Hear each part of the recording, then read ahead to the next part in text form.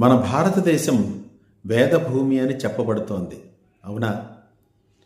వేదభూమి అంటే విజ్ఞానాన్ని ఆధారంగా చేసుకున్న భూమి అని అర్థం. మోక్షే ధీర్జ్ఞానం అన్యత్ర విజ్ఞానం శిల్పశాస్త్రయో అని మనకి నిఘంటువులో తెలుపుడు చేస్తున్నారు. ఆత్మదర్శనాన్ని తెలుపుడు చేసేటువంటిది జ్ఞానము, పదార్థం యొక్క తత్వాన్ని తెలుపుడు చేసేది విజ్ఞానము. ఈ రెండూ కూడా మన భారతదేశంలో అద్భుతంగా వెలుగొందాయి. మహర్షులు, ఆ మహర్షుల తర్వాత పండితులు పరంపరగా ఆ విద్యల్ని రక్షిస్తూ ఎంతో గొప్పగా వాళ్ళు మన వాంగ్మయాన్ని పరిరక్షిస్తున్నారు.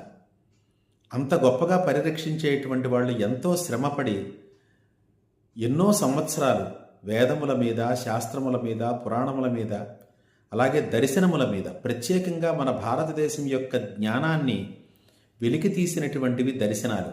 సాంఖ్యం, యోగం, న్యాయం, వైశేషికం, పూర్వమీమాంస, ఉత్తరమీమాంస అనే దర్శనాలు.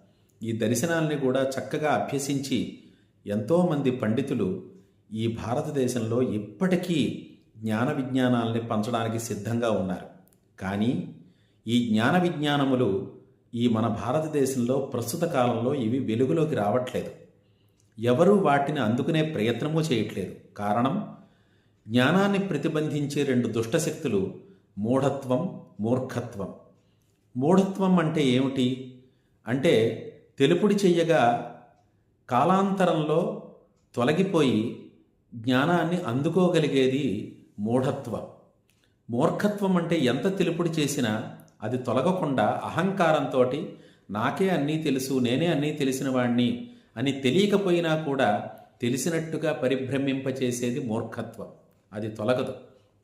మూఢత్వం తొలగిన మూర్ఖత్వం తొలగదు. మరి మూఢత్వం కలిగినటువంటి వ్యక్తులు, మూర్ఖత్వం కలిగినటువంటి వ్యక్తులు మన భారతదేశంలో ఎక్కువ మంది ఉన్నారు.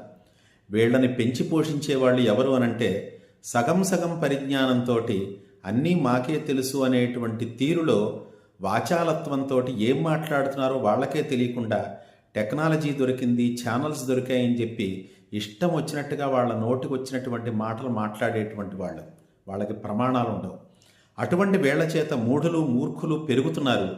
వీళ్ళు పెరుగుతున్నప్పుడు కష్టపడి వేద శాస్త్ర పురాణాలను అధ్యయనం చేసినటువంటి పండితులందరూ కూడా అణగదొక్కబడుతున్నారు. అప్పుడు జ్ఞాన విజ్ఞానములు కూడా ఎదగకుండా ఆగిపోతున్నాయి. ఇక్కడ ఎక్కడ పొరపాటు వచ్చింది? మనం ఎవరిని గుర్తించాలి? మూఢత్వ మూర్ఖత్వాన్ని తొలగించడానికి మనం చేయవలసిన పనేమిటో మనం తప్పనిసరిగా విచారించాలి.